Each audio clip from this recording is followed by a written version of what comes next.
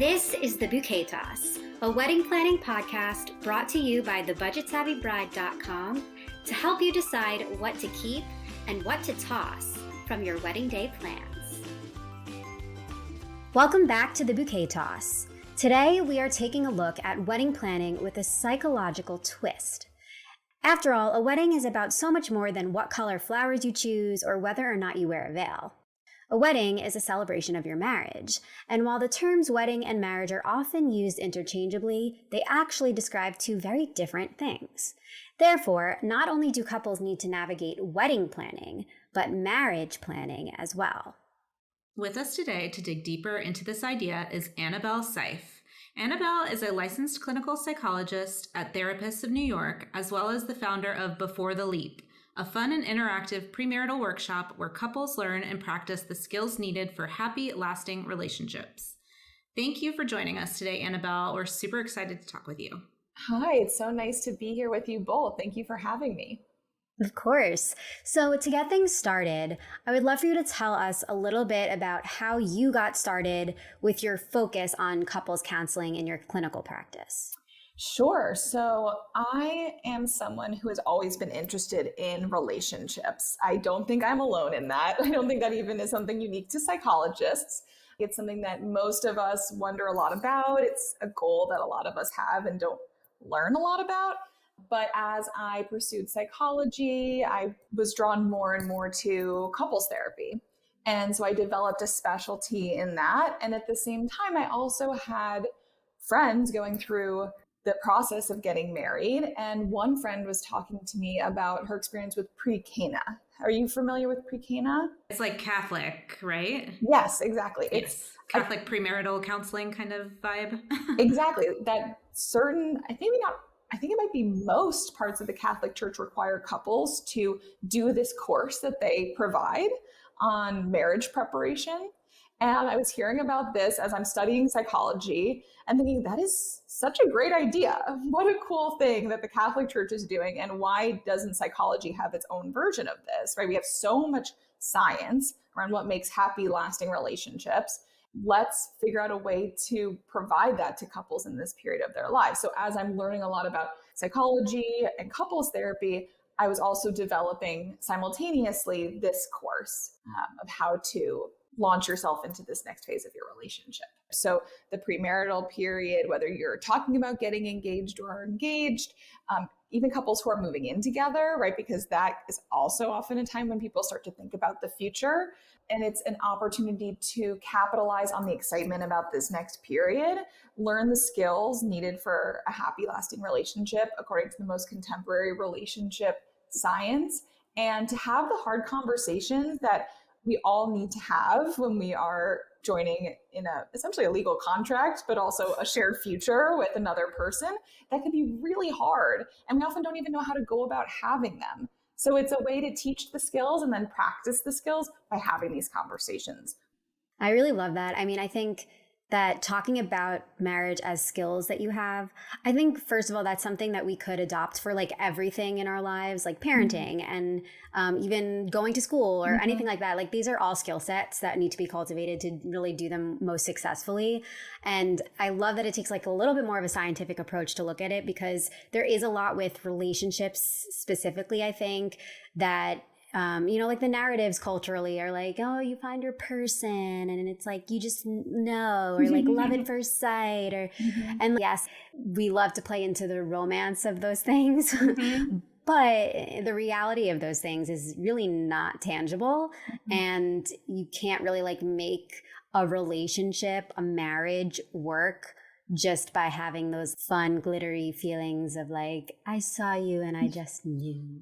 Right. It's like a byproduct of growing up in like the rom-com era, right? It's like we have this idea that the hard part, the struggle is like finding the one, but it's like, that's why every rom-com ends after they get together. You don't see all the hard stuff that comes afterward. That's like where the real work is. And so I love that you're really trying to help equip couples with like the tools that they need to navigate their marriage for the long term. I think that's so important. Rom-coms and Disney movies, like Disney fairy tales. We won't unpack this right now, but I do feel like there has to be some sort of tie between why so many millennial couples who like grew up watching Disney movies want to like get married or honeymoon in Disney. Yes, the psychology of Disney couples is a dissertation in and of itself. And I think it speaks to like a concentrated version of something that exists in the larger culture. Yeah. Which is this absolutely. wish for the fairy tale and this wish for things to get easier. And I'm not saying that marriage should always feel like a slog and that it's always work and it's always using skills. You do need that sparkly feeling towards this person to draw on in times of conflict, in times of disconnection, but knowing that it's a flux, right? That both are needed. And there's this quote that I love, that love is not a feeling, it's a practice. I think that can help prime couples. Of course, there is the feeling of love, but that sustaining love over time takes effortful attention. And that doesn't have to actually feel like a slog, right? It can actually feel like a devotion. In the way like a mindfulness practice can feel like one of like setting an intention of something that's really meaningful to you and brings a lot of value to your life. I love that. Put that on a tote bag. Something we have to acknowledge is that when we talk about counseling or therapy, like at all, not even just in terms of couples, in terms of just the world, individually, solo, whatever, there's stigma there, right? Mm-hmm. And so working to like destigmatize couples therapy as like a term or marriage counseling as a term, I think that is something obviously like collectively as a society, we need to work a little bit more to do. But because those words have such a stigma with them, I think a lot of people don't really even understand exactly what they mean. So can you describe what the difference is between marriage counseling and couples therapy? Yes. With premarital counseling, the goal is to start off your marriage on the best foot and to have a happy, lasting relationship. So it's designed to help engaged couples prepare for marriage by doing that skill teaching and having those important conversations. It's typically time limited, which is different often than couples therapy, and it can be delivered in a group format or individual. And it's often taught by religious leaders too. It's not just clinicians and therapists. On the other hand, couples therapy has a different goal, which is to process old wounds and to unpack your conflict patterns and resentments. The Gottman Institute, which is an institute that studies relationships, you're both nodding, so you're familiar. So into it, yes. They have such wonderful research. And one thing they found is that the average couple waits 6 years in an unsatisfying relationship before seeking out couples therapy. So couples, when they come to couples therapy, often have so much to unpack, often a lot of resentments, frustrations, very entrenched in their patterns of relating to each other. And some are even coming wondering if they should stay in their relationship at all. I think that actually is part of what leads to the stigma around couples therapy, is this idea that you're in crisis. That's not always the case, but it often is, that something has come to a head. Now, is that because there's a stigma around it, that people wait a really long time until they feel like it's quote unquote bad enough? Maybe, right? It's not helping the stigma, but it's very different than premarital counseling, which is all about hopefulness for the future and a commitment to a shared life together. Would you say that marriage counseling is like proactive and couples therapy is more reactive? Yes, I think that's a really great way to describe it.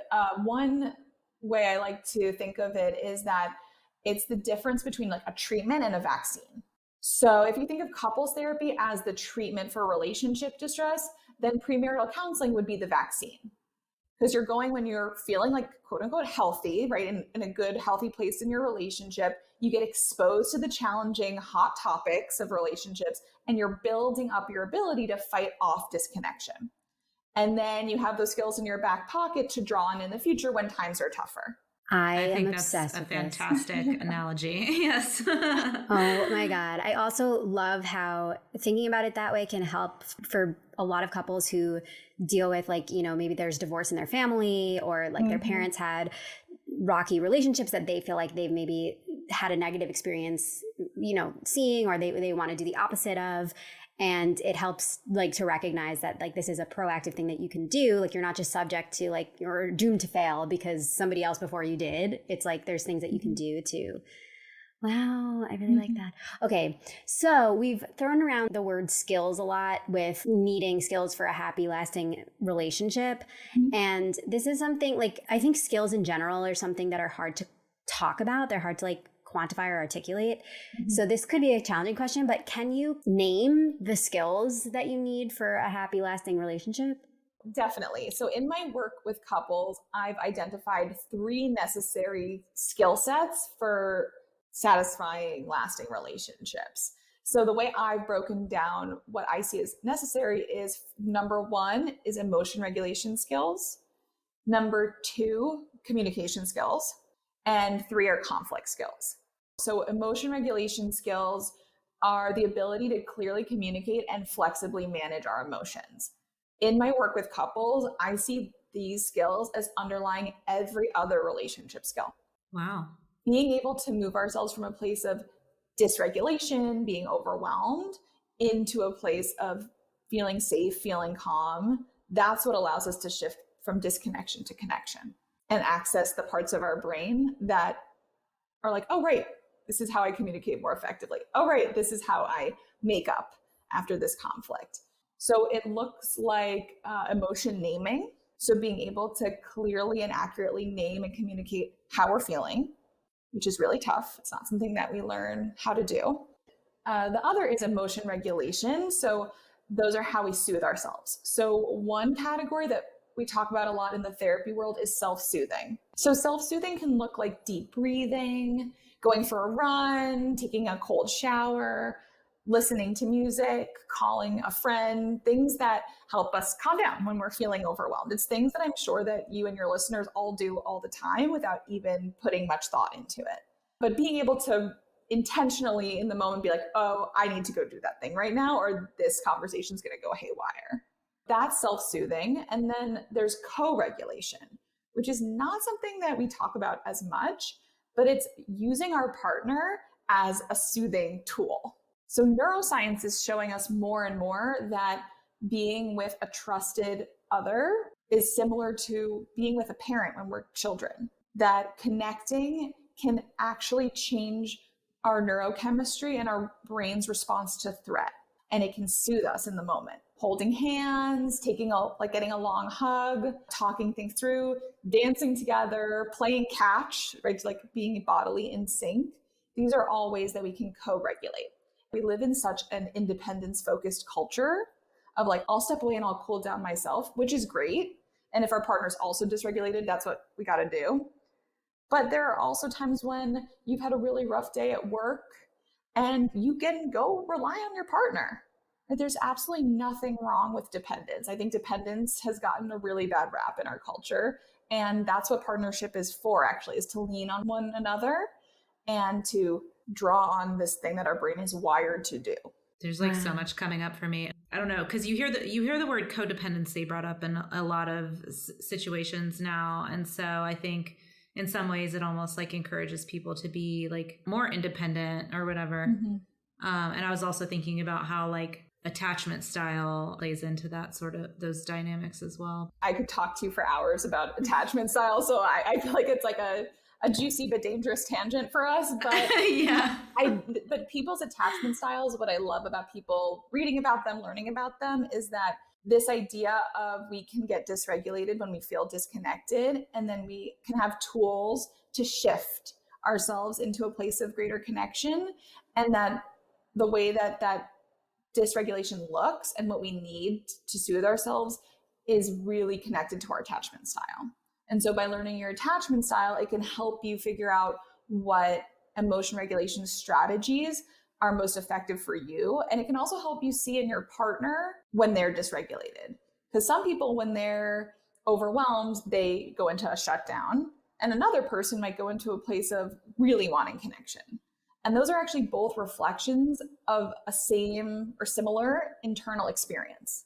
I think that knowing your attachment style and people's curiosity about that is really wonderful for their relationships. Do you have a favorite resource that you might point to learn more about attachment styles? So I think the book Attached is popular for a reason. I think it's really understandable. I think it's really clear. So that's usually the first resource that I recommend too. my patients and to my couples. Awesome. That's a good one. Mm-hmm. So that was emotional regulation skills. And then the second thing was communication skills. Is that right? Yes, that's right. So communication skills are how to be a good listener and how to be a good speaker. So ways for both partners to feel heard and understood. And then the third skill set needed for a happy, lasting relationship are conflict skills.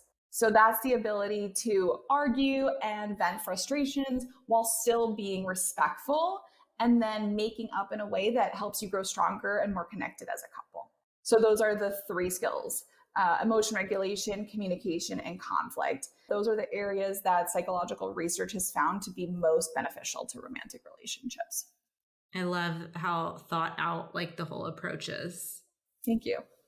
So conflict skills being the last one you mentioned, I guess we can imagine lots of conflict can come up during wedding planning specifically. Yes. What are like the common things that couples kind of experience during that time? Right. As you and your listeners know, it's an exciting time getting married, and it's also a very stressful time. And when something is so meaningful and anxieties are so high, conflict is really normal and should even be expected. So I just want to put that out there. Like, this is not a bad thing if these conflicts are coming up. It's actually super normal and really healthy. It'll help you work through as a couple some tough spots. In my work with engaged couples, I see 4 common sources of conflict coming up when they're planning their weddings. 1 is perfectionism pressures. 2 is differing money values. 3 is navigating boundaries with families. And 4 is division of the labor of wedding planning. Yeah, that sounds about right. And I know you guys had someone on recently to talk about perfectionism. Yes. Mm-hmm. I think it's something that so many couples can relate to, especially brides, like that feeling of just wanting everything to be picture perfect, beautiful, Instagram worthy, and just the amount of pressure that puts on not just the bride, but like the couple, period, because they're both, in the throes of planning this event. Right. There's all of this pressure to have the perfect day. And there's also this sudden pressure once you're engaged for things to be perfect in the relationship. This is something I see a lot, especially in people who are more perfectionistically oriented, which is that you get engaged and now your partner isn't just your boyfriend or your girlfriend or your partner. They're the person, right? They are this person who has all of this expectation, thoughts, fantasies, and fears that come up from our own histories. And both people are having these experiences simultaneously of like, oh, wow, this is it. And so what makes it even harder is that then you're also planning this perfect day, and it compounds this need for everything to be perfect. And that brings up so much conflict, conflicts that are actually so important to growing closer as a couple. But relationship perfectionists often see conflict as a failure. So then these quote unquote imperfections become a source of conflict in themselves, right? And so it becomes this really vicious cycle of needing to make things perfect and kind of trying to get rid of important conflict rather than work through it and resolve it. And it just builds and builds upon itself. I feel like this is something we've been like pulling the thread on for a really long time. You articulated it so beautifully. So I'm really curious to know if you feel like there's anything that collectively we can do to help kind of shift this like narrative of perfectionism, because I think like you had mentioned, like especially if you like have perfectionist tendencies, but I do really feel like just overall as a society, we all kind of perpetuate the trope that like once you get engaged, everything should be perfect. Yes. What can we do to like help move past that feeling? Relieve ourselves of all this pressure. Yeah.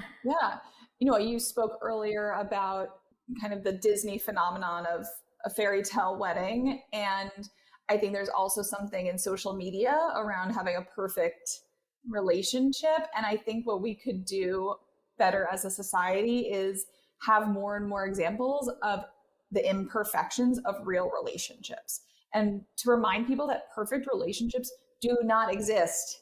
It is not a thing. Your partner is going to disappoint you because they're a human being. No one's going to meet our needs 100% of the time, or even 90% of the time. And so this wish and belief in our culture that there is such a thing, and you just have to find that person who you're going to be so compatible with who you'll never be disappointed by, you'll never misalign with or be disconnected from, it leads to a lot of disappointment. We can be disappointed by our partner and they can still be a wonderful person in our lives, that we can still be so satisfied, so happy, so connected, and that we can actually be connected through the disappointments. That's what also the communication and conflict skills are about, is that just because things aren't perfect doesn't mean we have to be disconnected. And I think that communication, that there's an in-between, it doesn't have to be so black and white where things are either perfect or they're in crisis. We can learn from each other. Yeah, I also think it's like the idea of like growing and changing together with your partner. It feels like because there's that like proposal moment and then like that wedding moment, that now it's just forever the two of you in that state until you die. Like till death do us part. And it's like, no, the idea is that you have a partner there to be growing and changing alongside. And being open to that in your partner, I think, is part of that, is also challenging this perfectionistic mindset of like, we need to get things like neat and orderly so that I can feel safe because things feel more in control. Whereas to change and grow with someone is about maintaining lifelong curiosity about them. That's hard. It's actually hard to not put someone in a box after years and years and years. But to really be open to what they're sharing with you, that's that communication skill of being a good listener, really taking in of like, oh, something new is important to this person, or there's this part of you that I haven't seen before. That's intriguing. That's exciting. It can be a turn on, actually, and can help sustain desire over time. We need to challenge the part of ourselves that might want to hold on tightly out of fear to access the part of ourselves that can be curious and grow. I'm like imagining some way that I'm giving you this homework, Annabelle, can reimagine vows that encompass all of those like ideas. And then maybe we bring you back after you've worked on it and you share those vows in another episode, because I feel like assignment.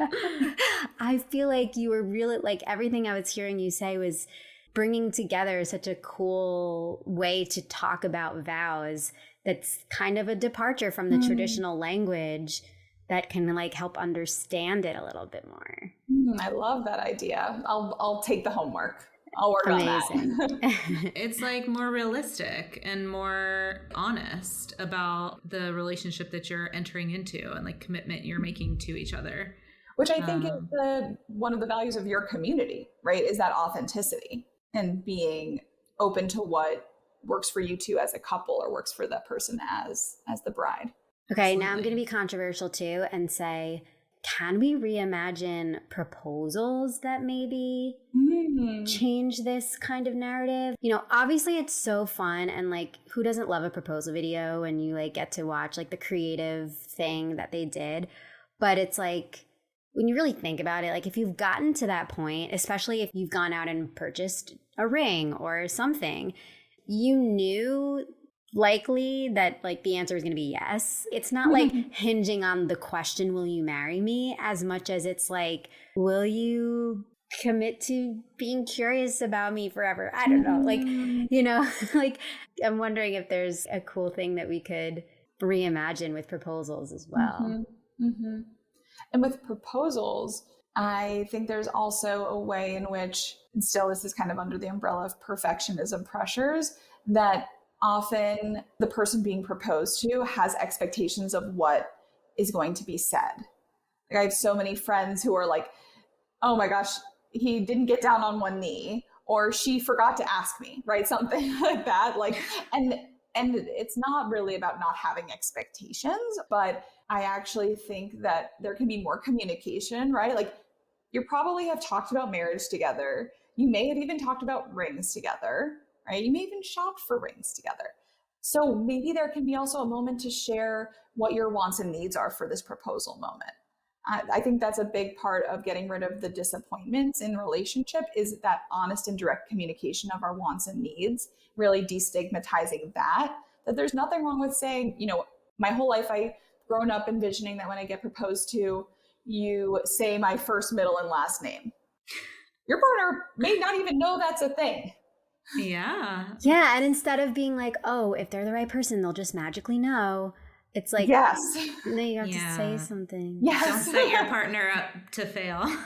Exactly. And not mind reading is something that is such a core communication skill. I think we talked about like the concept of askers and guessers. I had heard of this concept of the way that people are taught to communicate in their family. Like some people will be direct and tell you exactly like what they want, need, expect, or desire from you. And others will like be a bit more passive aggressive about it, where they'll kind of like make a statement and like expect you to fill in the gaps, you know, and like read their mind and come to that conclusion on your own. Yep. And so it's like they say that you're either from an ask family or a guess family. I love that. I love that differentiation and that communication around how our family dynamics so powerfully impact the way that we communicate in relationships. It actually makes me think of the second conflict area, which is different money values. Because money is something that is so tied up in meaning from our family of origin and early life experiences. And it's also something that we're not often taught to communicate directly. When you're misaligned on your values and you don't know the details of your fiance's financial situation, it can cause a lot of tension and conflict that comes out sideways through conversations of, should we do buffet or plated dinners, right? But that's not actually what the crux is. It's something around money. Yes. Yeah. And these beliefs about the value of money can come from our families. Like you were talking about these different types of families, different family approaches. And families may also be contributing financially. Right? Yeah, which adds a whole other layer to the already complicated cake of Yes. wedding planning. Well, and I think that third layer is that third area of conflict, which is navigating boundaries with family. Yes. Right? Like families often have their own dreams and their own expectations for their child's wedding and can insert those ideas into wedding planning either explicitly or indirectly, right? Maybe they're askers versus guessers. It's communicated somehow, whether it's direct or indirect depends on the family style. Yeah. But when those expectations conflict with your wishes as a couple, or if each of your family's expectations conflict with each other, it often falls on the couple to set boundaries with their family to protect their new family unit as a couple, what I sometimes call like the couple bubble. And so that can be really difficult for couples because it's often the first time that you're doing that, right? It's the first time that you as a couple are asserting your needs as a unit of two. Yeah. And then the families for the first time are getting hit with like a boundary with their child, no matter which side it is. And it's like, whoa, like there's navigating like that with the families too, I think. And the family's reaction to that boundary being set, like, yes. Yeah, there's a lot that goes on. It can be really intense. And as you're protecting that couple bubble, what's going on within it, right? What's going on between you as a unit of two? And one thing that can be tough is that if you're not a team, how do you protect that boundary? And one thing that comes up a lot around teamwork when you're planning a wedding is the fourth conflict area, which is division of labor. One partner is typically kind of the planner and the other might hang back more. It can shift depending on what's going on. So maybe one of you takes the lead on planning vacations and the other takes more of the initiative on buying things for around the home. But it can emerge in wedding planning in a way that one person is doing a lot of the work while the other is kind of hanging back, trying to be supportive.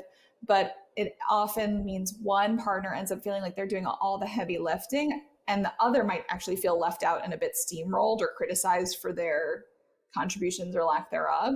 So there's a lot of room for resentment, a lot of room for conflict, and planning a wedding is a really big task, right? It encompasses so much. And so it can be really overwhelming to think of how to approach that as a team.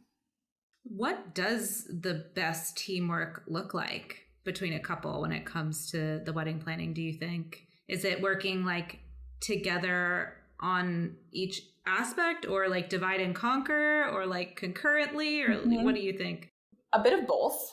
I actually have created a guide to dividing up wedding planning labor.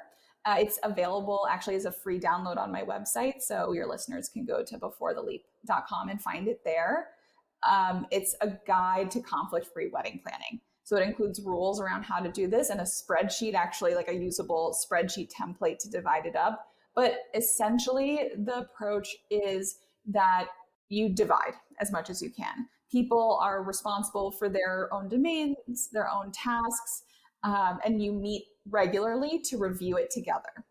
And so during those meetings, you can reassign tasks as needed, you play to each other's strengths, and you also give each other a lot of support and gratitude. Because often when we're doing things, when we're planning a wedding, when we're cleaning up the house, we really only see what we do. We don't usually actually see what our partner's doing because we live in our own brain. We aren't with them when they're, vacuuming the floor. So getting to sit down together for 15 minutes once a week and go over your task list together, check things off, share what you've done, hear what your partner's done, it can be an opportunity to thank each other and really feel like we're working on this as a team. I see what you're doing. I feel seen in my efforts and appreciated in my efforts as well. And it can be a way to go about this from a place of gratitude and generosity for each other, rather than kind of a tally keeping, frustrated, resentful place. Yeah, they say that for many, many couples, your wedding is your first team group project that you're doing together. Yes. Well, and a lot of times it's like the first time you're managing a budget for something large together. If you haven't lived together prior to getting married, or if you kind of split things evenly 50-50 and you've never had to like manage a joint pot of money and allocate it across a lot of things, there's a lot of compromise and conversation and like so much that goes into it. Exactly. It's about celebrating your love and joining up as a unit. So having this shared project, it can, as you're saying, be this opportunity to set yourselves up for many projects down the road, right? Many opportunities where you're going to be a team, whether that's renovating a house together, retiring together, what that looks like, having children together. Yeah, I think it's so needed, like you mentioned at the beginning of our discussion, a lot of like premarital prep does happen in like a religious context. And so for couples who maybe don't, have a faith practice or a church home or things like that, like there's not really many places where couples can go to get this kind of support specifically for this period of their lives. And so I think it's something that's really needed. And, with all of the statistics out there about the percentage of couples who do end up, divorced because of conflicts with communication, money, these sorts of things, like how would those statistics be affected if couples are really taught these important skills prior to tying the knot? And in terms of the religious aspect, I actually spoke with religious leaders of various faiths as I was developing the workshop to see what they were seeing, what they were needing, what their premarital counseling approach was like. And they expressed such a desire for something like this to supplement the one-on-one work that they do, because they're not therapists, right? They're not trained in this skill building necessarily. And the psychological evidence-based element, they also would have trouble knowing where to refer couples who were interfaith, who were LGBTQ+, right? Couples who often have felt excluded from these workshops in the past. Some couples don't have important conversations because they assume a certain level of shared belief system. And while they may have, subscribe to the same religion, it may not translate in the same way that they assume, right? And so there actually can be a way that interfaith couples go into relationships having to have a lot of more explicit conversations around, okay, what do you want child rearing to look like? What parts of your faith are important to you and why? Right? Rather than assuming, one person might say, okay, so we're going to take our kids to church every Sunday, right? And the other might be like, oh, I was just envisioning that we go on Christmas, right? That there can be a way that actually a certain level of perceived similarity can limit the conversation or make it seem almost unnecessary in the beginning, when actually it's something that I think all couples should be discussing. Yeah, that's so interesting. And that totally makes sense that you just kind of like go in with these assumptions like, oh, well, we both grew up, this brand of Christian. So like we're on the same page. We're good. Right. Well, yeah, because regardless of your religious affiliation or not, you're still never taught the skills to be in a relationship. Exactly. So yeah, that's these are the important things that need to be taught in school. These communication, relationship skills, how to pay our taxes. Like, why are we not taught these important things in school? That's right. It's not actually about being perfectly aligned on things. Actually, the Gottman Institute says that 69% of all couples arguments are unsolvable. Like, you're not going to get aligned. It's really about the emotion used when you're talking about it with each other. So being able to stay curious, stay connected, stay engaged when you're having differences, that is really what leads to relationship success. And it's not too late to learn. So head to beforetheleap.com to start on your relationship skills education journey. Anyone interested in learning more about how to build these happy, lasting marriages can check out our website beforetheleap.com. or check us out on Instagram at B4TheLeap. So the letter B, the number 4, the leap. And there you'll find information on our upcoming workshops, as well as information about how to continue strengthening these skills in your relationship. It was so great to talk to you. And I think we'll probably have to continue this conversation again. I love it. It was so nice meeting both of you. Speaking